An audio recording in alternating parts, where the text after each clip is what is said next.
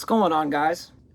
So first I want to say thank you guys. Like, subscribe, share the message, and let's make heaven crowded. If you guys are enjoying these, please subscribe. I'm trying to get to 1,000 followers on TikTok just so I can put my YouTube in the description. It's a whole process. So that's something that's new. And so, yeah, okay. So today we're going to talk about, originally I was planning on talking about what God's will is for your life, right? And I thought about it the whole week. But I feel like I'm being led to talk about something else, and that's something else is love.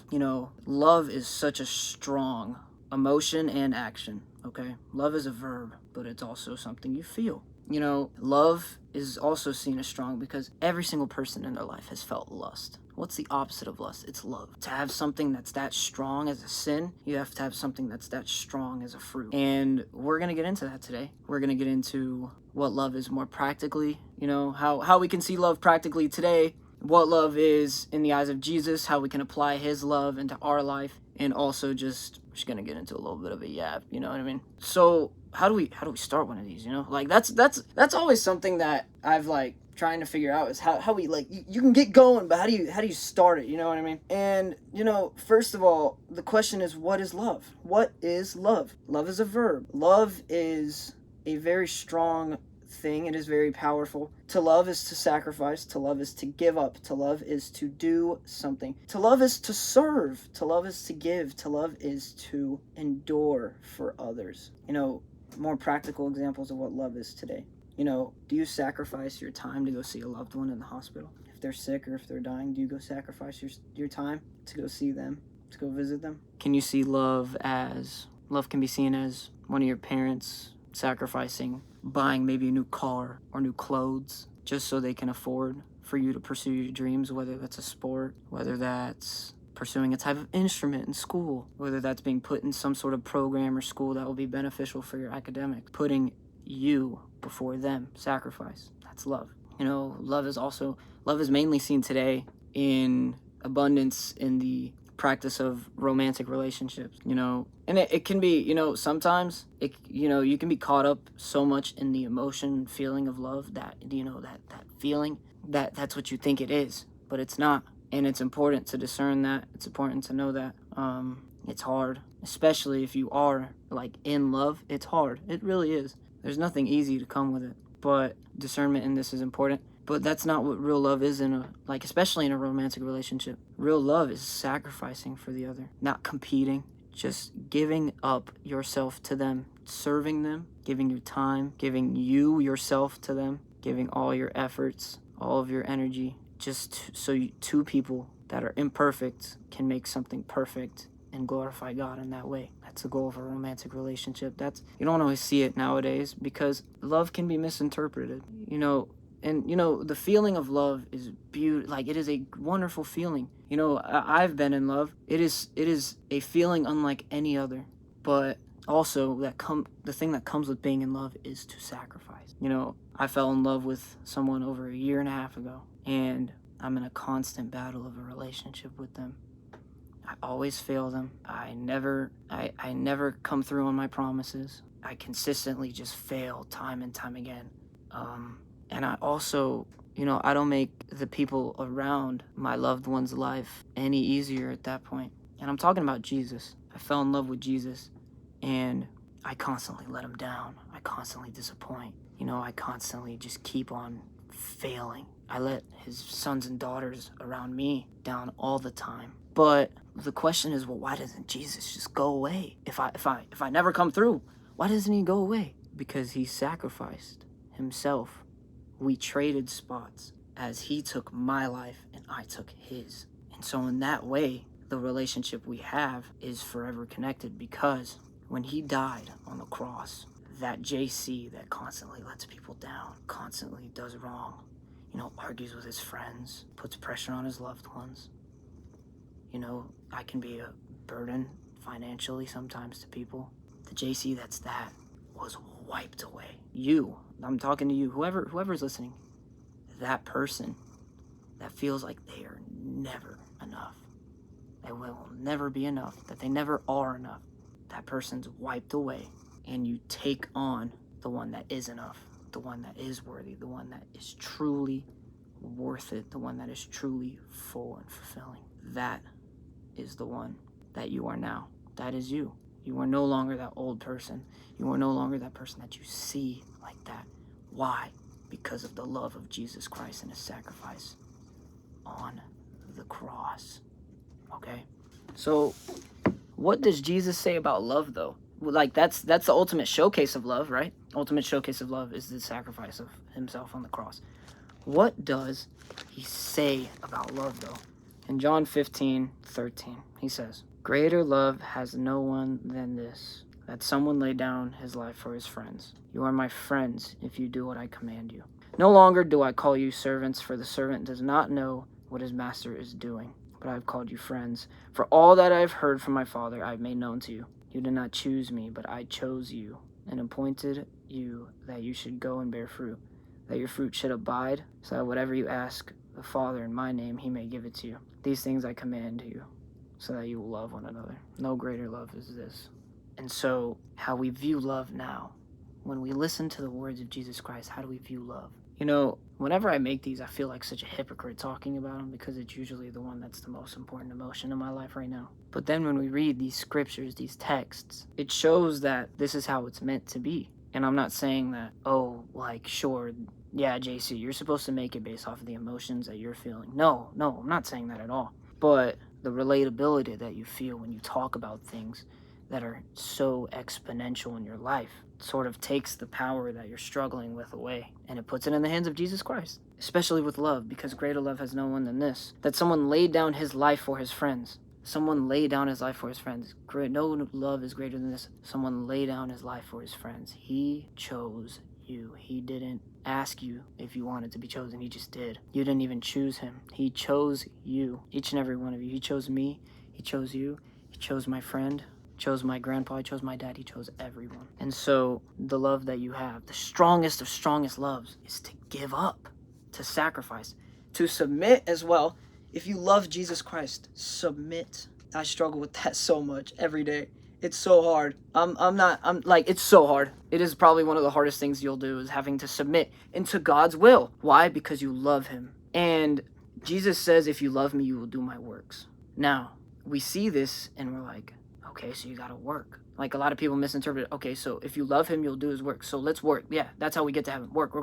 No, love is shown through doing works, not worthiness.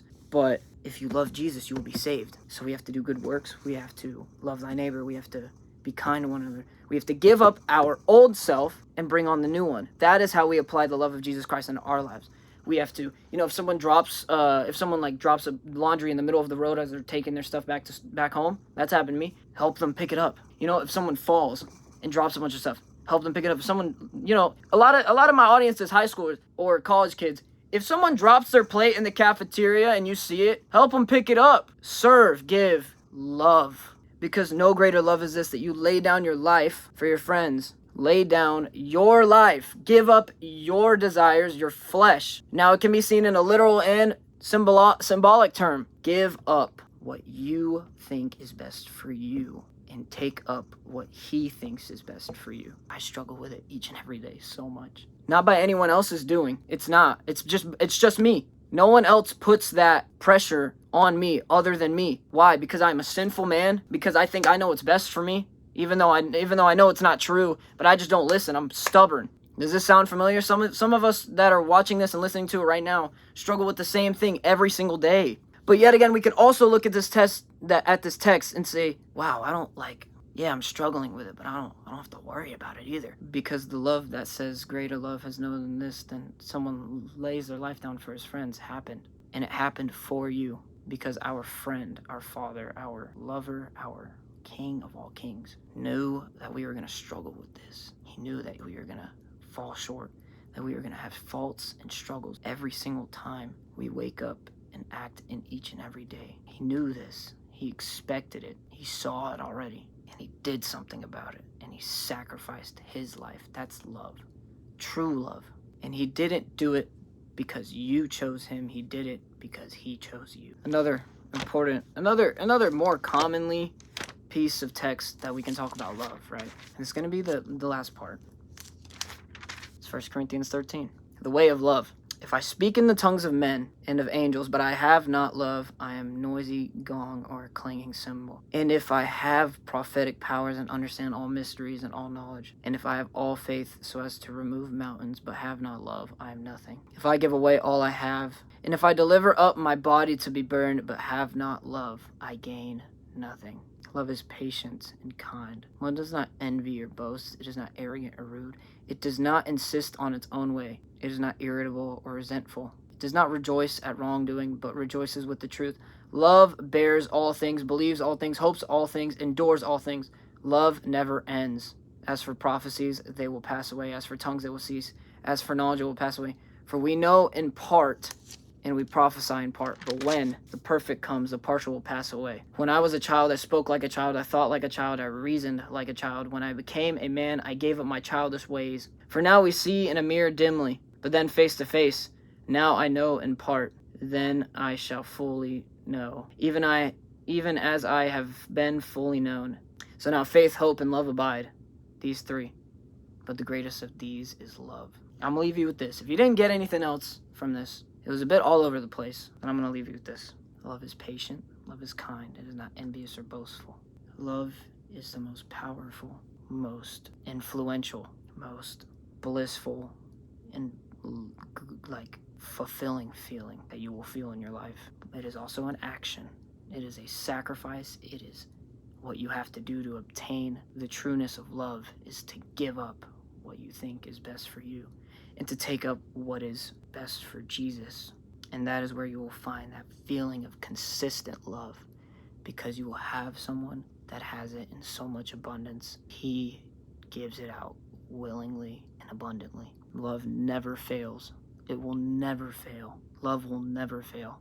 True love will never fail. If you are genuinely in love with someone, if you're in love with Jesus, if you're in love with another person, if you're in love with your little boy or little girl, if you are in love with them, it will never fail. Never. Truly. If it's mutual, it will never fail. True love, patient love, kind love, not envious or boastful love, not loud love, calm, enjoying, peaceful love, holy love, godly love. And just like I love Jesus Christ more than I love anything, that is who makes me feel the most fulfilled. And the more I see myself loving Jesus Christ, the more I see that he loves me so much more than I could ever love him. And that is why you follow him. Because when I was without Jesus, my life was hell. It was so bad. It was terrible. I genuinely don't understand or know how I was living before that. Like, I know, but it was terrible. And then he chose me. He chose me. He took me, saved me, and did it out of love, because love never fails. And you know, if this right here is proof that love never fails, I'm a sinful, I'm not a like great person. I'm a wicked man. But after Jesus makes me clean, after he wipes my slate clean, if this isn't the proof of what love is, read your word. No, I'm trolling. But this is what love is. Jesus saved me. I don't do this out of my own glory. I don't. Jesus saved me and then put me in front of you. And obediently, out of love that I have for him, I do this. Because I love to do it. I feel fulfilled when I do it. I love you guys. I truly do. And I love Jesus Christ. And love is the greatest of all. Love never fails. So look to the cross. When we look at love, what is true love? We look to the cross. We look to laying down our life for others. We look to kind, patient, peaceful love, gentle love. And you know, I pray that each and every one of you finds it, just like I'm seeking to find it too. And while you keep seeking to find it, as I'm beginning to learn and understand, it'll be found in here. So that's gonna be it. I hope you guys enjoy the video. It was pretty everywhere. So I get if it's confusing. I'm gonna look back at it, but the main thing today is pursue holy love and seek Jesus Christ and follow the one that loves you more than anything else. Because the question on the mind, the question I'm gonna leave you guys with is what are you willing to do for love? Okay, take it easy, y'all. It's Make Heaven Crowded. Like, subscribe, share this with a friend if you learned something new, and we'll see you next week.